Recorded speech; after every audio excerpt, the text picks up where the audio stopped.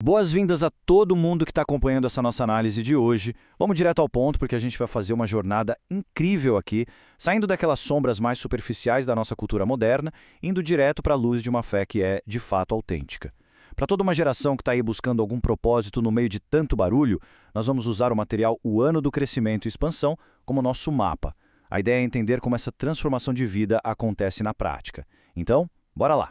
Pensem comigo na seguinte cena, e aposto que todo mundo conhece alguém assim. Um jovem que passa o dia inteiro postando conquistas com literalmente milhares de seguidores na tela. O celular não para de apitar com notificações, não é? Parece que a vida é uma festa sem fim, aquela busca constante por curtidas e validação. Mas aí, numa terça-feira qualquer, o mundo desaba. Uma crise forte, uma perda na família acontece.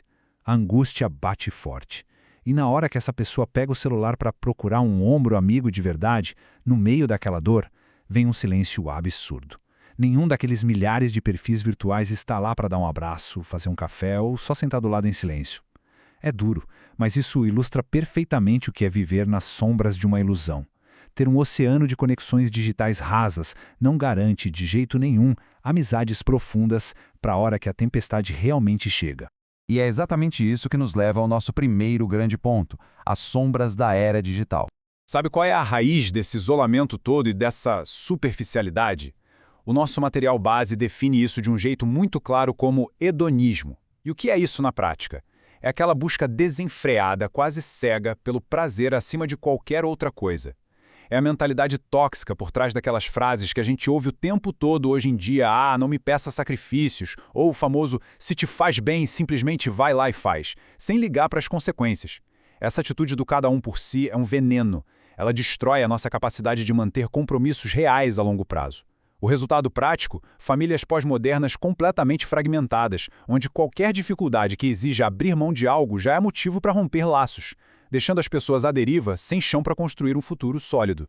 Mas, se alguém aí está pensando que essa crise de comportamento é uma exclusividade da época da internet, bom, vamos dar uma olhada no alerta de Timóteo. Olha só o que o apóstolo Paulo escreveu há milênios na carta de 2 Timóteo. Parece até manchete de portal de notícias de hoje de manhã. Nos últimos dias sobrevirão tempos terríveis. Os homens serão egoístas, avarentos, mais amantes dos prazeres do que amigos de Deus. Que pancada, não é? Quando a gente lê esse alerta tão forte, fica muito claro que a arrogância, a desobediência e essa mania de colocar o prazer egoísta acima do relacionamento com Deus são marcas registradas de uma sociedade que simplesmente se perdeu no caminho. Uma cultura consumida por satisfazer a si mesma acaba destruindo exatamente os laços que deveriam nos segurar nas fases de adversidade. Então, como a gente escapa dessa armadilha histórica?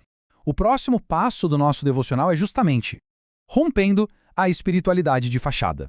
Porque a dinâmica dessa fachada é explicada de um jeito muito contundente pela nossa fonte. Olha essa frase: o homem moderno valorizava o pensar, o pós-moderno valoriza o ver. A gente é bombardeado o tempo todo por um excesso absurdo de imagens e informações rasas. E isso acabou criando uma geração inteira focada só na estética da fé, sabe? Aquele ângulo perfeito para mostrar nas redes que se é uma pessoa boa e espiritualizada. Esse foco doentio no ver e em ser visto acabou ofuscando a importância de refletir e, o que é pior, a essência do ser. Tem um perigo gigantesco quando a nossa crença vira só uma performance de palco, só uma aparência externa de piedade, enquanto na intimidade a gente nega totalmente o seu poder real de transformação. E contra esse relativismo todo, onde os valores mudam conforme a conveniência, o texto bíblico de Romanos 12:2 traz o antídoto definitivo. Não se amoldem ao padrão deste mundo, mas transformem-se pela renovação da sua mente. Essa renovação mental é a verdadeira chave, pessoal. É para quebrar a forma e a pressão que o mundo tenta enfiar a gente. Quando a gente recusa esse molde do individualismo e recalibra nossos pensamentos, aí sim a gente consegue caminhar para fora das sombras dessa performance e pisar de vez na luz da vontade de Deus. E para fazer essa renovação acontecer na prática, nós temos as 3 chaves da fé. Uma mente renovada precisa de bases novas, não é verdade? O estudo aponta para 3 chaves bíblicas gigantes para combater o isolamento silencioso da nossa era. A primeira é a verdade, lá de João 8,32, que tem a força de rasgar as ilusões virtuais e nos libertar das amarras da aparência. A segunda é a fé, baseada na promessa de Marcos 9,23 de que tudo é possível ao que crê.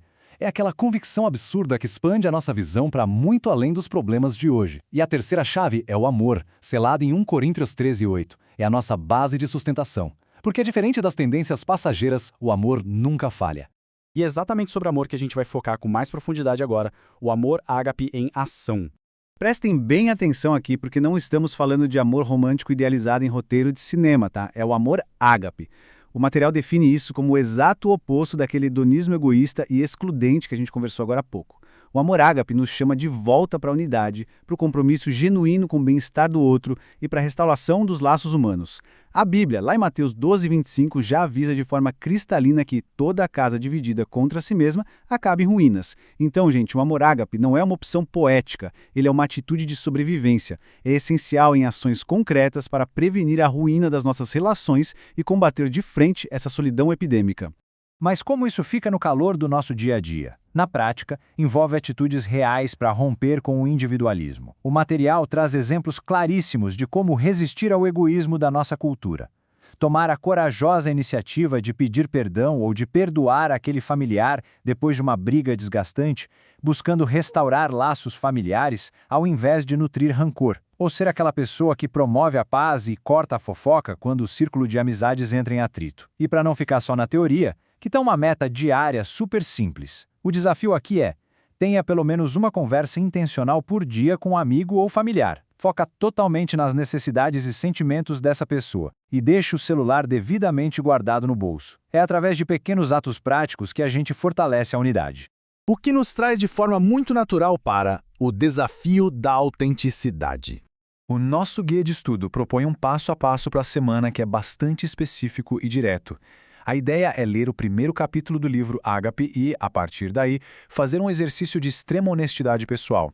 Pegar um papel e anotar quais atitudes do dia a dia, pensamentos viciados e padrões de comportamento precisam de um realinhamento urgente. É um baita esforço deliberado. Exige coragem para enraizar a nossa rotina naquela verdade que liberta e no amor que nunca falha, decidindo abandonar de uma vez por todas aquelas atitudes de fachada que não servem mais para nada. E além da leitura, o guia oferece questões fantásticas para reflexão, como vocês podem ver aqui. São perguntas fundamentais que batem forte. Será que o excesso constante de conteúdo nas redes tem destruído a nossa capacidade de refletir em silêncio? Ou ainda, como podemos ser agentes reais de reconciliação com quem está perto da gente? Não são perguntas retóricas só para ler e passar reto. Elas forçam uma autoavaliação rigorosa e sincera. A gente precisa examinar se as nossas escolhas de todo dia estão realmente priorizando a vontade de Deus ou se estamos apenas alimentando instintos e prazeres superficiais para tentar acalmar a ansiedade. E para fechar nossa análise fica essa grande e profunda reflexão no ar. Diante de tudo que a gente explorou sobre essa armadilha letal do individualismo digital e o poder absoluto que uma fé genuína tem de nos restaurar, a questão é: as nossas próximas escolhas vão nos manter presos, performando exaustos num palco feito só de sombras ilusórias? Ou nós vamos ter, finalmente, a coragem de dar um passo à frente e entrar de vez na luz autêntica e desafiadora do amor ágape? O convite está aberto para que toda uma geração rejeite o que é raso e viva uma transformação de verdade. Um grande abraço a todo mundo que acompanhou esse nosso encontro e até a próxima análise